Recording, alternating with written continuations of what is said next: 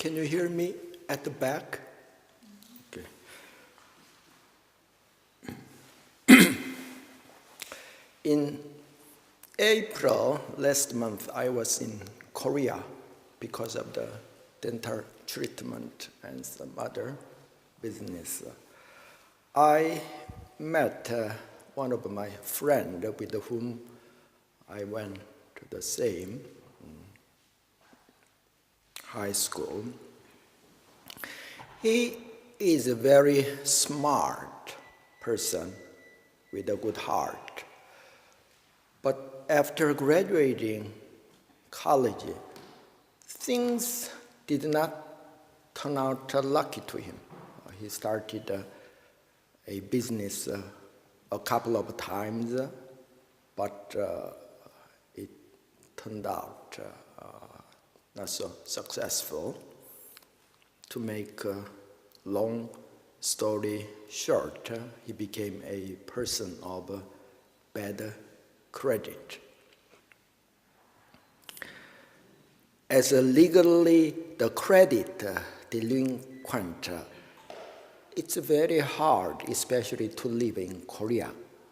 For example, if he have some money for his daughter's marriage or to buy a new house, if he has some amount of money in his checking account, it automatically goes to the creditor, for example. And some of the creditors are his friends, which is very common. So in short, directly or indirectly, he's a lot of pressure and kind of always become anxious, being chased by something.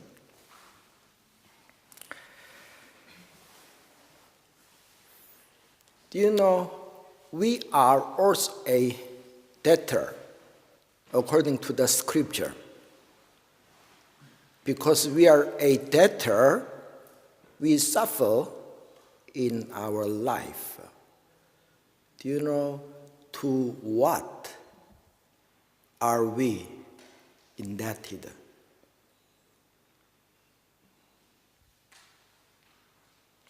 Steve? I feel it's to this lifetime. Mm-hmm.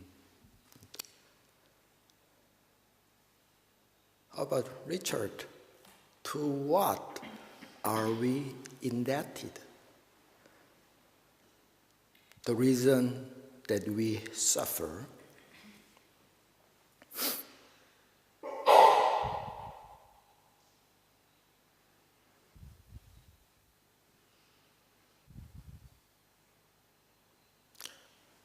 The Bible also says that we are a debtor to our flesh.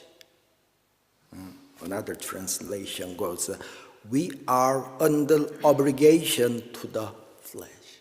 So if I use the expression of the Diamond Sutra, let me read. Subhuddhi Bodhisattvas, ideal practitioner, we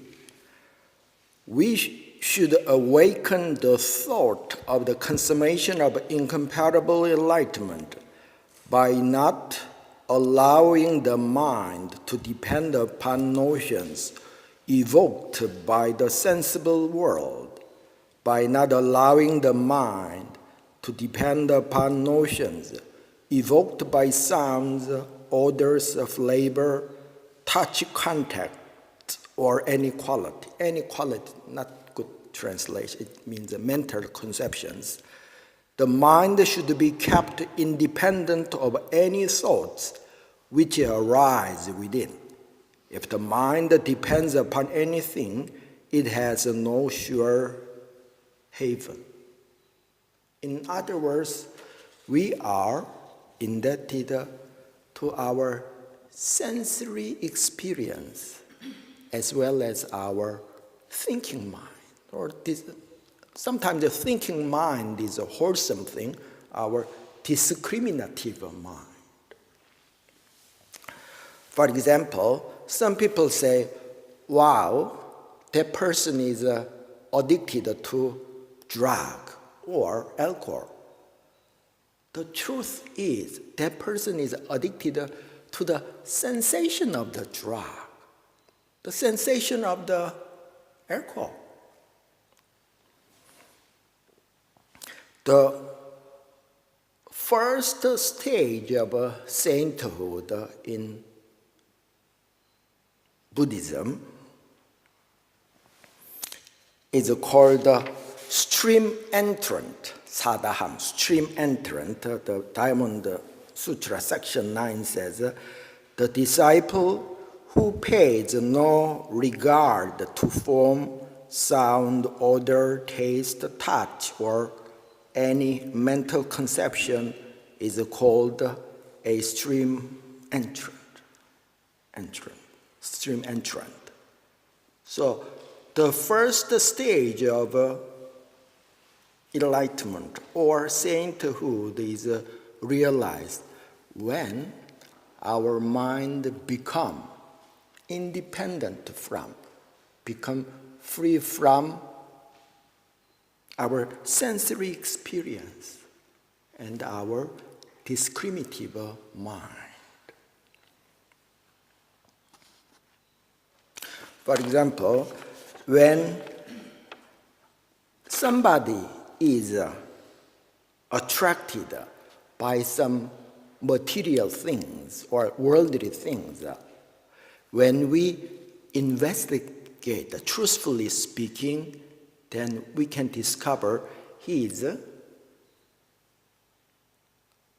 mind becomes influenced by seeing, hearing, touching, smelling, and some mental concept or my expectation or judgment mind, etc.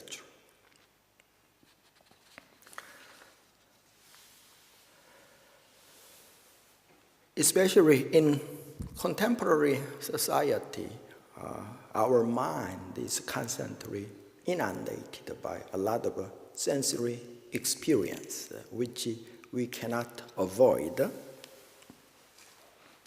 But how about the Buddha's mind? How does the mind of enlightened teacher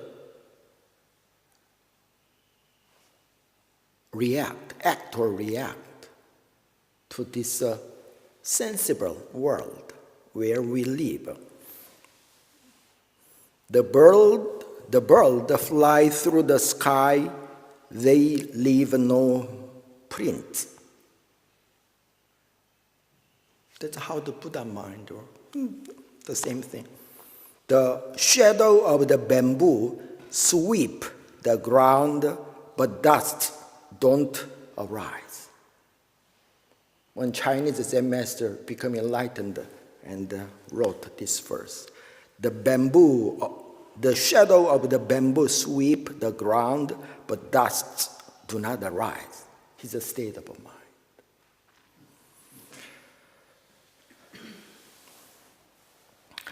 How can we define our life? What is the nature of our living? Well, you can say in various ways, but if I use the expression of the Diamond Sutra, this is also what our current head Dharma master, Venerable Gyeongsan, used this expression.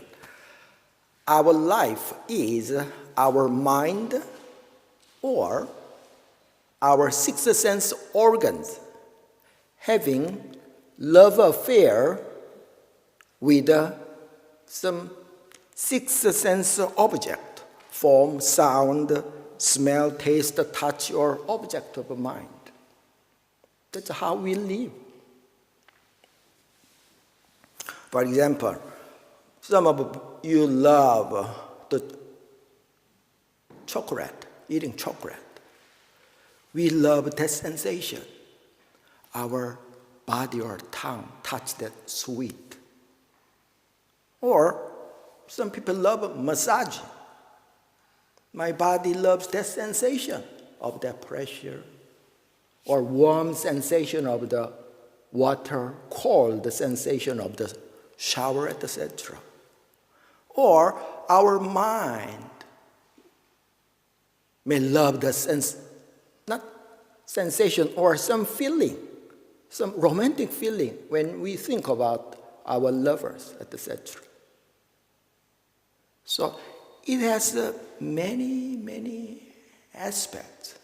But truthfully speaking, our life is our sixth sense organs having love affair with the sixth sense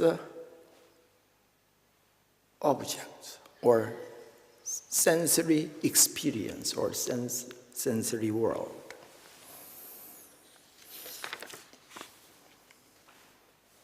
But the Diamond Sutra says how we should live. The mind should be kept independent of any thoughts which arise within. If the mind depends upon anything, it has no sure haven. Section 9.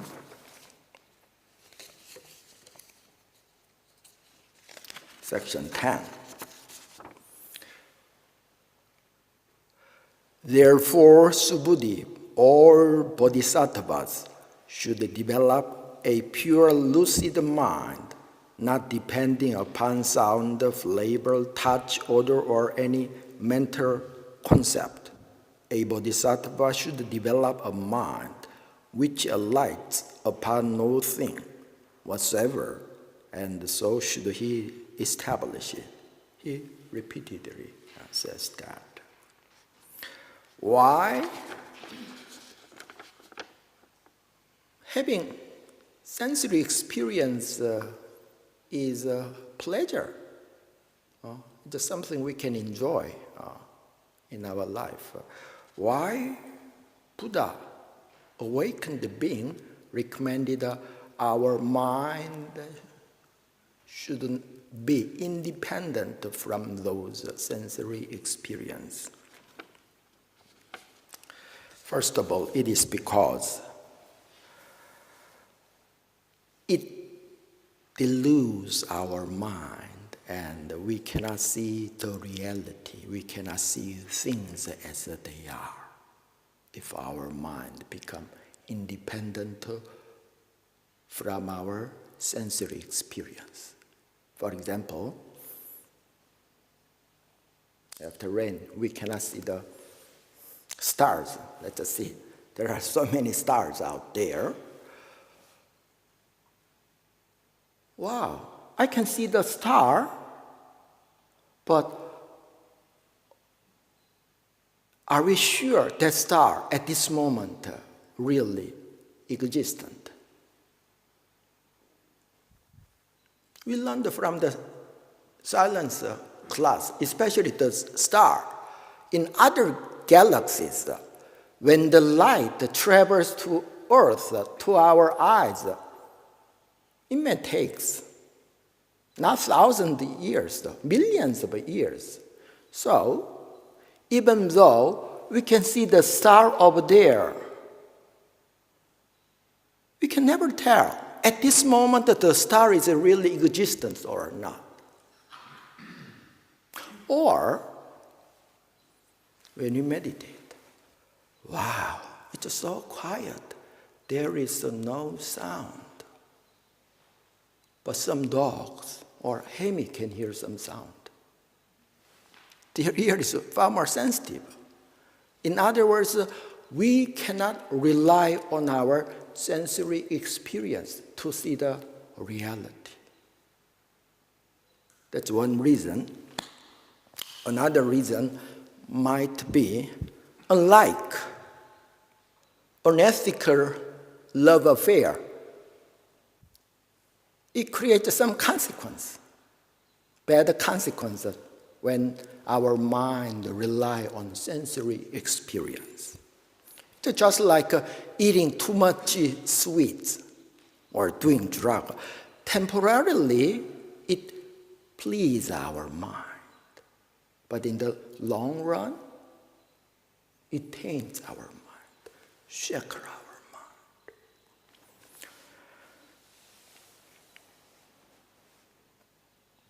That's why I think Buddha recommended his followers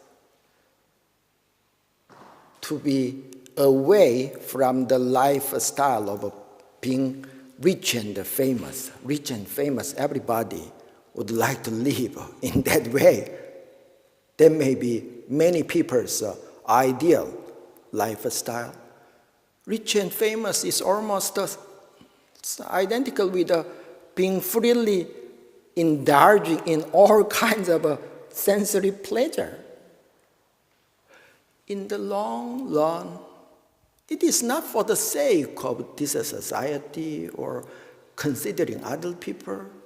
It taints our mind. It taints our mind. When I was in high school, I realized my parents really loved me, but they could not suggest the best path because they are not that wise. They are not the awakened person. What they thought is the best to me is not necessarily the best path. But the Buddha, the awakened one, knows what is the best path for us to discover eternal freedom. So,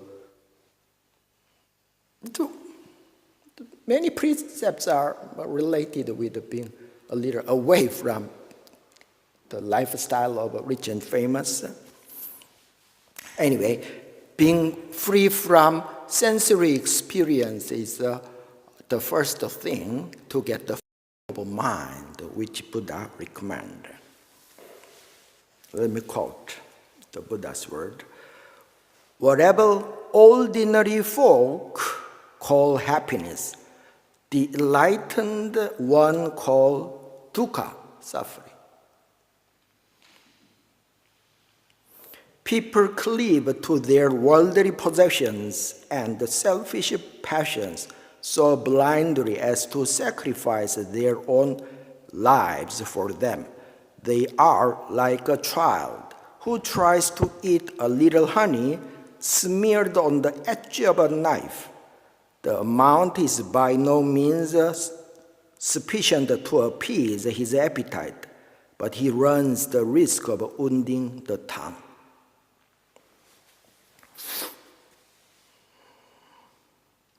In order to attain the complete freedom, for example, when you come in this meditation hall and see Ilwan-sang, our true self, you have to pass through two doors, outside the door and that or this or that door, two doors. Likewise, we have to pass through two doors, pass through two gateways. The first gate is, as I said, the gateway of seeing, hearing, smelling, tasting, touching, the sensory experience.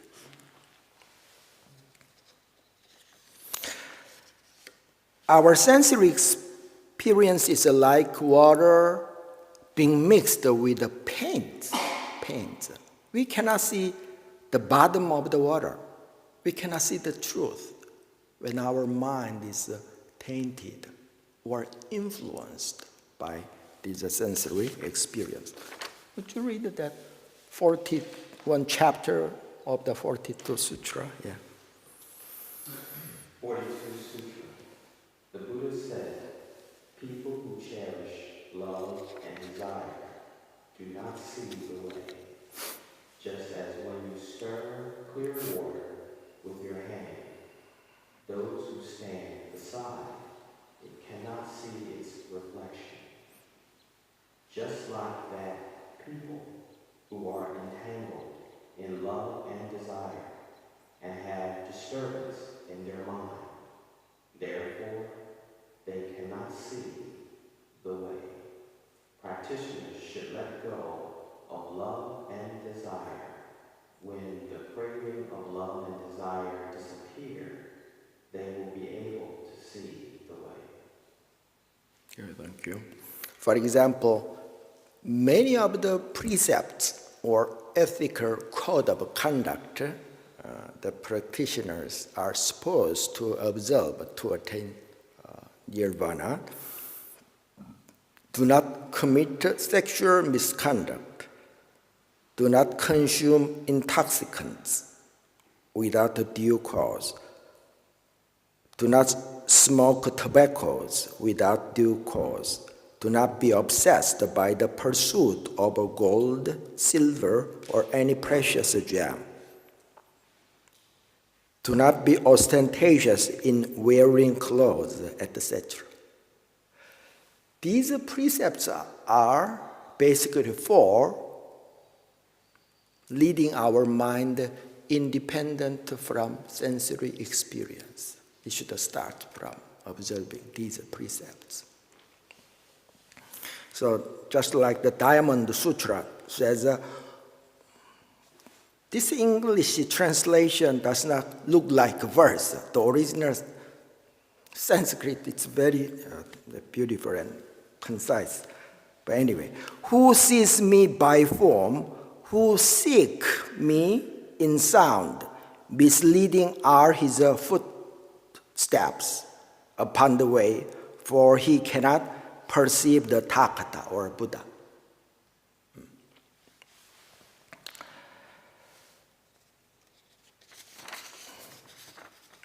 The second gateway we have to pass through to see Ilwan-sang or to reveal our innate diamond is we have to pass through our thinking or discriminative mind.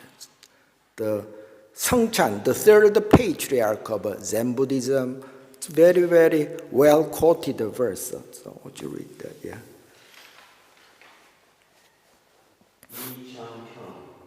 No, not that one. Songchan, yeah. Oh, Songchan. Yeah. Songchan? Yeah. The third patriarch of Zen Buddhism wrote, "The great way is not difficult for those who have no preferences.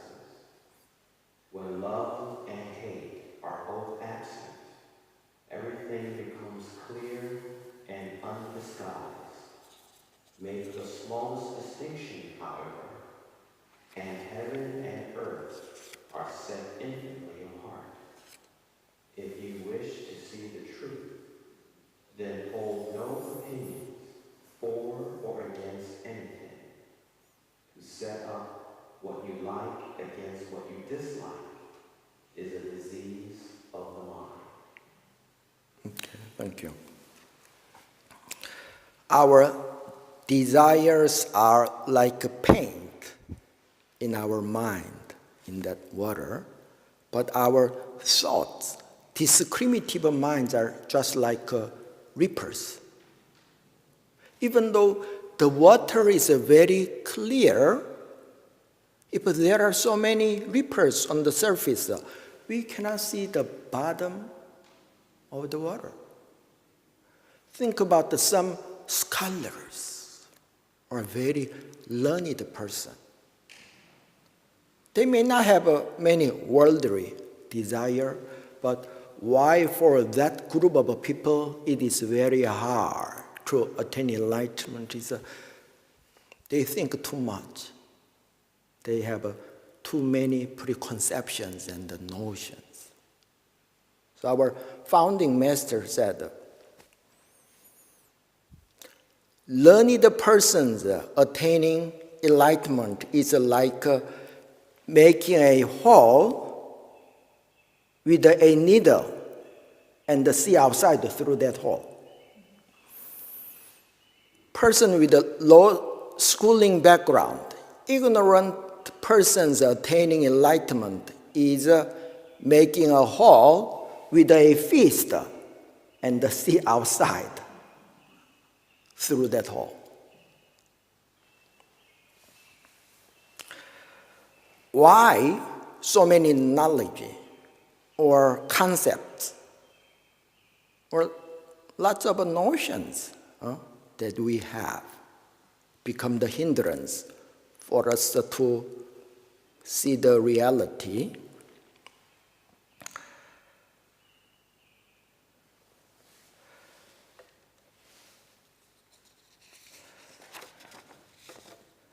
As I said, if our mind is with that notion, concept, which really facilitate our life, definitely it has its own benefit. But for us to see the reality, why it becomes a hindrance is like this. I'm not sure I told this story or not before. When I moved to United States in 2000, my workplace was one institute, one Buddhism seminar in Philadelphia. When I preside the morning meditation, I discovered the table clock, the tic-tac sound is too loud. It is so annoying. It disturbed my morning meditation. So I went to the department store in Willow Grove and said, the store owner, I want a quiet table clock, which does not make a tok-tak sound. In English, you say tik-tak. In Korean, we say tok-tak. Tok-tak. He looked a little puzzled, but eventually we communicate each other very well. And I could buy very quiet clock.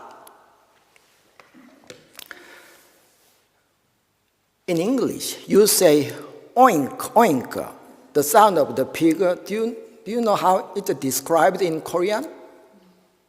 Kul, kul, kul, kul. Oink, oink, pretty different. You say bow, bow, the dog's barking. We say meng, meng, meng, meng. It depends on the breed of the dog. It is neither bow, bow nor meng, meng. Or it depends on the mood of that dog. But the funny thing is, to the ears of the Korean, the pig sound, it sounds like kulkul. To your ears, it sounds like oink and oink. Because the concept is already embedded in your mind.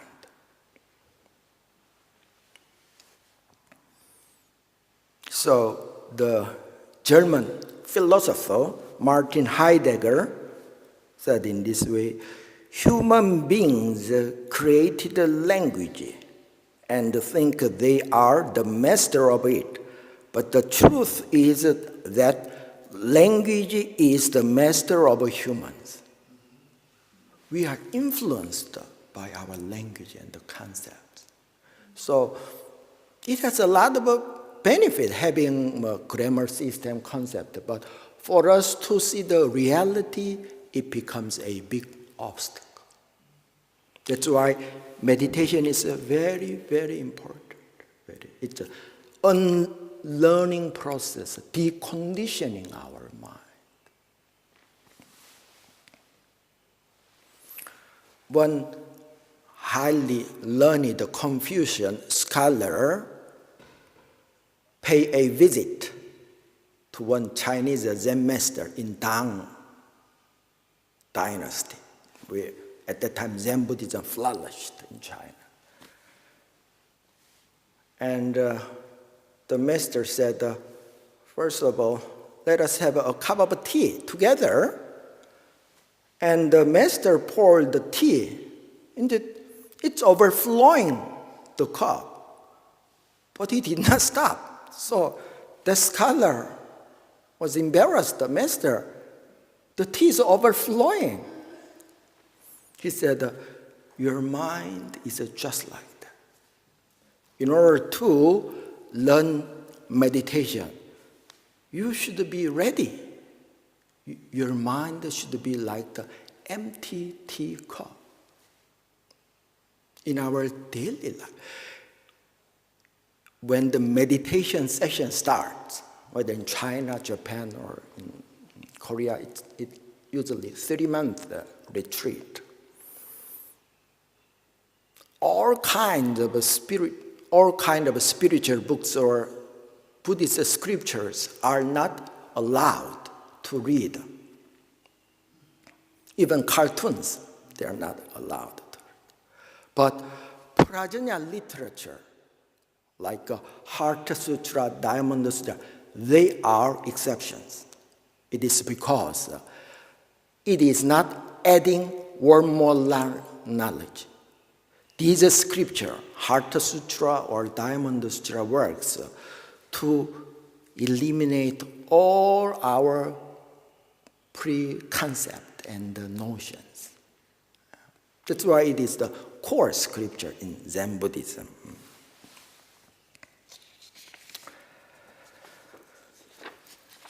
Some traditions stress that in order to enlightenment, you should become renunciant. You should abandon your family, secular occupation, etc. But the true meaning of a renunciant is you should let go of your sensory experience. Even when you are in Himalayas, you can think about a lot of centuries, many worldly things. Your mind can be indulged in that thought.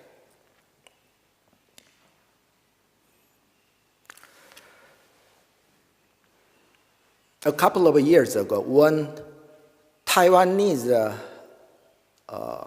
lady, college student who was studying music, was about to perform some violin concert in London. She flew to London. For the first time, she ate McDonald's hamburger. It was so great, so good. She was so much absorbed in eating that hamburger, she lost her violin. It was a Stradivarius, whose worth was more than $2 million. The petty thief sold that, but it's just a regular violin, he thought in that way.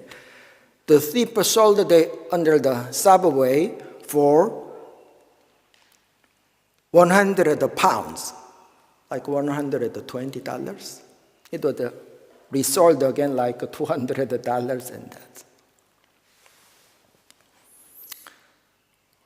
She should pay attention to her violin. We have to eat a hamburger sometimes, but we have to pay more attention to something more precious. Buddha said, if by giving up a lesser happiness, one could experience a greater happiness, a wise person would renounce the lesser to behold the greater. If something is very important, if the teacher think, when I was, for example, in high school, when I studied math, whether it's calculus or statistics, do I really use that for my career in the future? I became very doubtful. But I realized whether you are studying business management, economics, engineering, in whatever area you study, you have to take a far more mathematics course in regular college. That's not enough, even though it's very abstract and not practical. Likewise, when you read, whether it's a Heart Sutra or Diamond Sutra, there is not any passage that seems very practical you can utilize. But it's a really, really important and a fundamental thing. That's why we need to learn and contemplate. So, the retreat is almost over. Tomorrow you are going home, but still keep that scripture and on and off contemplate that scripture in order to attain the everlasting happiness and the freedom. Thank you.